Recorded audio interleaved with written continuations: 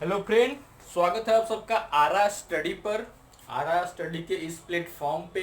ठीक है, चलिए पिछले वीडियो में हम लोगों ने संविधान पढ़ा था और संविधान के ही सीरीज में हमने उसमें पढ़ा था संविधान के भाग।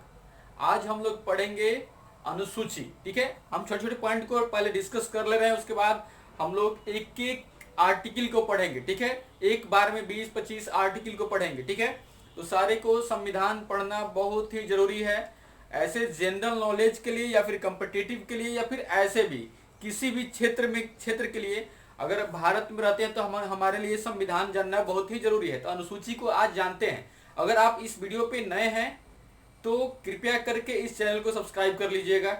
ठीक है, सब्सक्राइब कर लीजिएगा तो आपको बहुत ही बेनिफिट मिलेगा। साथ ही साथ अगर 9वीं 10वीं के बच्चे अगर पढ़ते हैं आज के आसपास पड़ोस में, उसके पास मोबाइल नहीं है तो उसके पेरेंट्स से बोलकर आपको बोलिए कि इस चैनल के माध्यम से उस पे 9th 10th के लिए मैथ्स का वीडियो बनाया जा रहा है जो बहुत ही आसान भाषा में समझाया जाएगा। तो उम्मीद करते हैं आप सहमत होंगे और 1000 सब्सक्राइब पूरा करवाने में हमारी मदद करें। तो धन्यवाद जुड़ने के लिए हमसे, और देखते रहिए, लास्ट तक वीडियो देखिएगा तो बहुत ही आपके पास नॉलेज होगा। आज से पहले भी आप लोग पढ़े होंगे, लेकिन रिवीजन। ठीक है, चलिए रिवीजन करते हैं, अगर नहीं पढ़े हैं तो पढ़ लेते हैं। चलिए, तो भारतीय संविधान की प्रमुख अनुसूचियां। अनुसूची भाग पढ़े थे, भाग 22 होते हैं, टोटल आर्टिकल 395 हैं। तो अनुसूचियां कितनी है? तो अनुसूचियां टोटल है आपका 12 अनुसूची है। ठीक है, भारत के संविधान में 12 अनुसूचियों को समाहित किया गया है। ठीक है, जिसमें हम लोग आज 12 को डिस्कस करने जा रहे हैं। तो सबसे पहला ये अनुसूची दिया है, ये पहला अनुसूची हुआ, दूसरा अनुसूची हुआ, तीसरा अनुसूची हुआ, चौथा अनुसूची हुआ, पांचवा अनुसूची हुआ, ऐसे अनुसूची दिया हुआ है। ठीक है, और इधर उसका डिटेल दिया हुआ, मतलब कि किसके लिए वो अनुसूची है। तो चलिए, पहला अनुसूची है राज्य और संघ राज्य क्षेत्र, मतलब कितने राज्य हैं। तो भारत में कितने राज्य हैं? तो भारत में अभी 29 राज्य हो गए हैं, तेलंगाना को मिलाकर। जब तेलंगाना बना ना, 2 जून 2014 को बना था तेलंगाना, तो उसके बाद यहाँ 29 राज्य हो गए। ठीक है, और यूनियन टेरिटरीज मतलब संघ राज्य क्षेत्र, मतलब संघ शासित प्रदेश 7 हैं। ठीक है, आप 29 राज्य के बारे में जानते हैं। सबसे बड़ा यूपी है, ठीक है, सबसे छोटा गोवा है, और इसमें संघ राज्य क्षेत्र के बारे में जानते हैं, सबसे ज्यादा जनसंख्या वाला दिल्ली है। ठीक है, तो चलिए आगे बढ़ते हैं। अनुसूची 2, अनुसूची 1 जान गए, राज्य में 29 राज्य हैं और संघ राज्य क्षेत्र 7 संघ राज्य क्षेत्र हैं। दूसरा में है जितने भी राज्य व्यवस्था। चलिए, थोड़ा सा मोबाइल पे कॉल आ जाने की वजह से थोड़ा डिस्टर्ब हो गया। चलिए, तो पहला पढ़ लिए, राज्य 29, संघ राज्य क्षेत्र 7। दूसरा है जितने भी राज्य व्यवस्था के अधीन पद हैं, जैसे कि राष्ट्रपति, उपराष्ट्रपति, लोकसभा अध्यक्ष, उपसभापति, सभापति, जितने भी पद हैं उनके वेतन, भत्ता एवं पेंशन के बारे में चर्चा किया गया है अनुसूची 2 में। ठीक है, कितना वेतन और कितना भत्ता और पेंशन के लिए अनुसूची 2 में किया गया है, कहां से देना चाहिए और कहां से नहीं देना चाहिए। अनुसूची 3, अनुसूची 3 में है शपथ, जितने भी राज्य व्यवस्था के हैं, मंत्री, ठीक है, मंत्रीगण, राष्ट्रपति, उपराष्ट्रपति, ठीक है, जितने भी पद हैं उनके लिए शपथ का विवरण है आपका अनुसूची 3 में। ठीक है, तो अनुसूची 3 में शपथ का वितरण है। अनुसूची 4, अनुसूची 4 चौथा अनुसूची में क्या कर रहा है? तो राज्यसभा में स्थानों का आवंटन। ठीक है, राज्यसभा क्या है? उच्च सदन है। ठीक है, हमारे भारतीय संविधान में द्विसदनात्मक व्यवस्था है, जिसमें एक लोकसभा और एक है राज्यसभा। तो राज्यसभा एक अस्थायी सदन होता है जिसे उच्च सदन कहा जाता है, और लोकसभा अस्थायी सदन होता है जो विघटित हो सकता है, जिसमें सांसद, लोकसभा सांसद होते हैं, इसमें राज्यसभा सांसद होते हैं। तो राज्यसभा में स्थानों का आवंटन अनुसूची 4 में है। ठीक है, अनुसूची 5 इंपॉर्टेंट है। अनुसूची 5 बार बार को एग्जाम में पूछा भी है। अनुसूचित क्षेत्रों तथा अनुसूचित जनजातियों के प्रशासन और नियंत्रण के बारे में उपबंध, मतलब जो जो अनुसूचित क्षेत्र हैं और अनुसूचित जनजाति हैं, भारत में बहुत सारे अनुसूचित जनजाति हैं। ठीक है, उनके प्रशासन और नियंत्रण के बारे में उपबंध आपका अनुसूची 5 में दिया हुआ है, 5 में दिया हुआ है। ठीक है, फिर से एक बार, एक में है राज्य और संघ राज्य क्षेत्र, 2 में है वेतन भत्ता और पेंशन, ठीक है। 3 में है शपथ, मंत्री राष्ट्रपति ये सब के लिए पदों के शपथ। 4 में है राज्यसभा में स्थानों का आवंटन, राज्यसभा में स्थानों का आवंटन किससे है, 4 में है। 5 में अनुसूचित क्षेत्रों का, अनुसूचित जनजातियों का और का प्रशासन और नियंत्रण के बारे में उपबंध, ठीक है। अब पढ़ते हैं 6 से। असम, मेघालय, त्रिपुरा, मिजोरम के जनजाति क्षेत्रों के प्रशासन के बारे में उपबंध, ठीक है। तो ये 4 राज्य हैं, असम, मेघालय, त्रिपुरा, मिजोरम। इन 4 राज्यों के प्रशासन के बारे में उपबंध दिया है अनुसूची 6 में। 5 में है राज्य नहीं, इसमें है, इसमें अनुसूचित क्षेत्र और अनुसूचित जनजाति के प्रशासन, और इसमें स्पेशल राज्य हैं 4। तो अनुसूची 6 में असम, मेघालय, त्रिपुरा, मिजोरम के प्रशासन के बारे में उपबंध।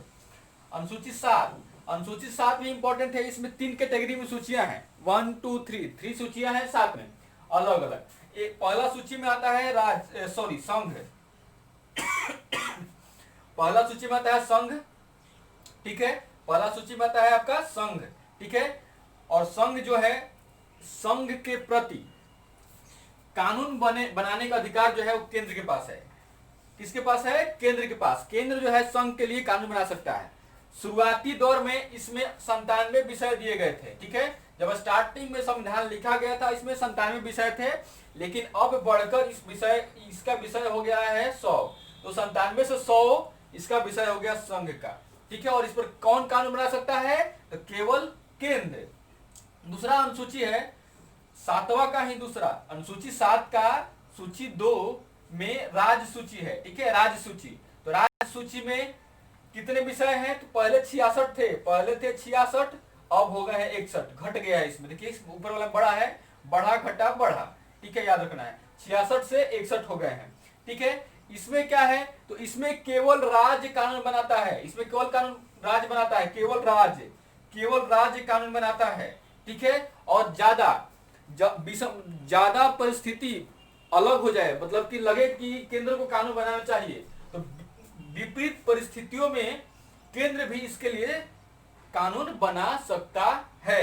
तो बनाएगा कौन, राज्य, लेकिन कुछ विशेष परिस्थितियों में केंद्र बनाएगा।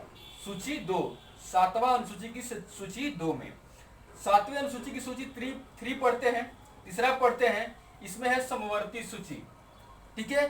समवर्ती सूची में पहले 47 विषय थे, अब बढ़कर हो गए हैं 52।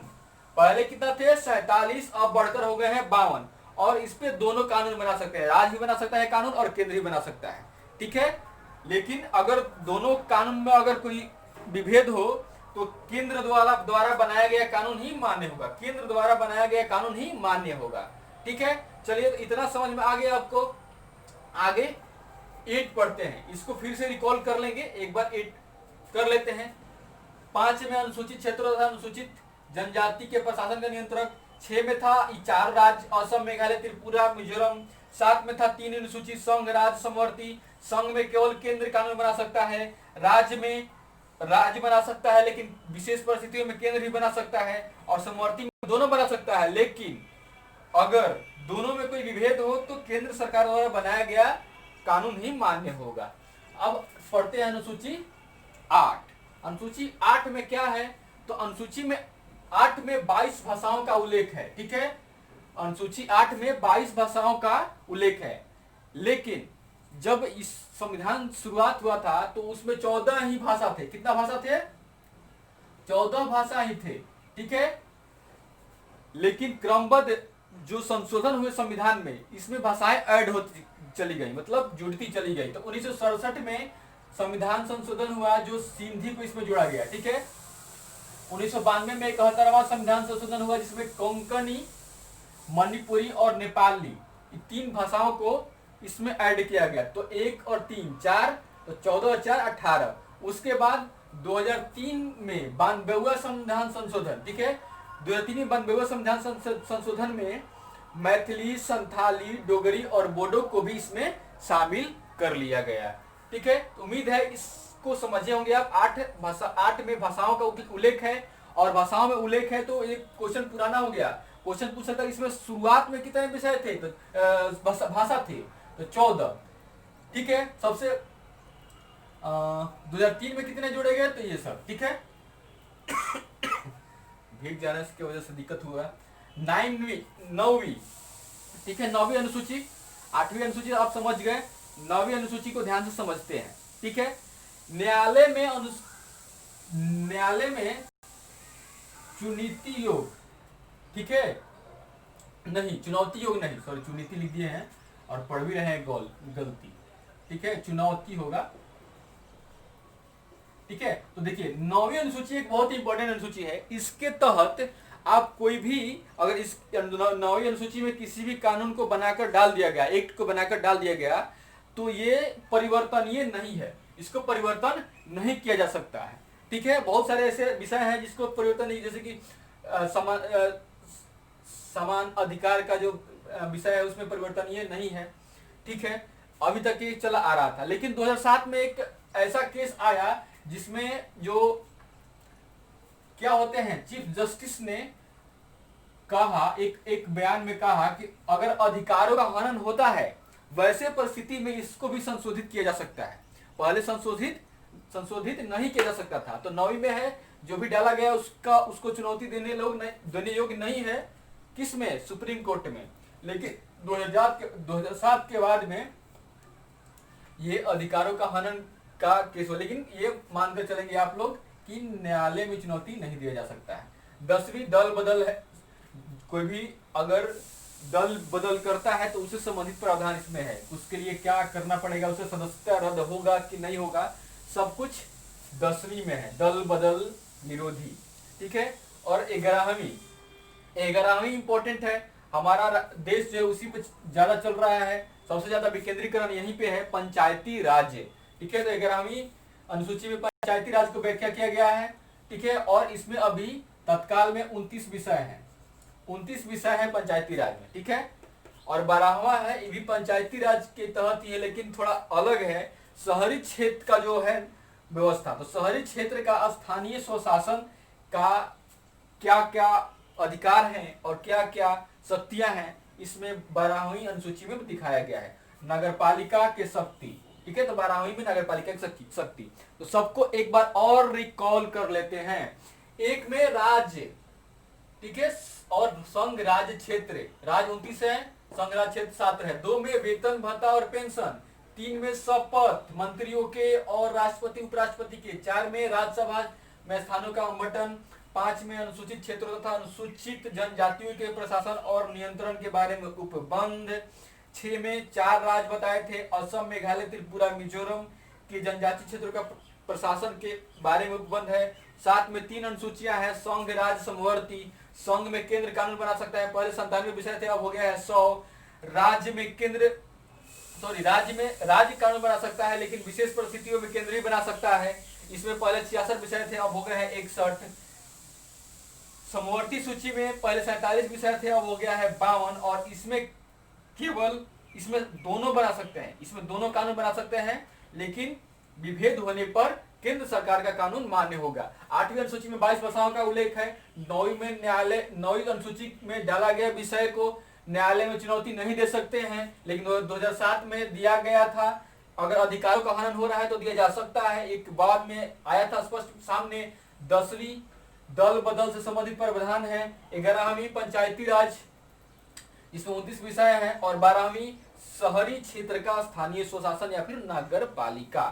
तो उम्मीद है इस वीडियो को आप ध्यान से देखे होंगे। आप स्क्रीनशॉट लेना तो ले सकते हैं, लिख सकते हैं, इसको फिर से रिपीट करके स्पीड बढ़ा के रिपीट कर सकते हैं। स्पीड बढ़ाने का ऑप्शन होता है यूट्यूब में, 3 डॉट पे जाइएगा, उस पर स्पीड होगा, प्लेबैक स्पीड, थोड़ा सा बढ़ा के दोबारा भी पढ़ सकते हैं। ठीक है, 2 गुना कर दीजिए, और एक बार 10 मिनट का वीडियो 5 मिनट में देख सकते हैं आप लोग। ठीक है, अगर आपको ये वीडियो फास्ट लगता है तो स्लो कर सकते हैं, स्लो लगता है तो फास्ट कर सकते हैं।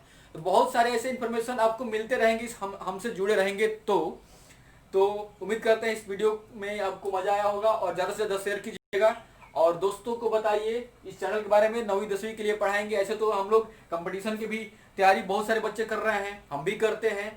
ठीक है, तो उम्मीद है इस वीडियो को ज़्यादा से ज़्यादा तक आप शेयर कीजिएगा।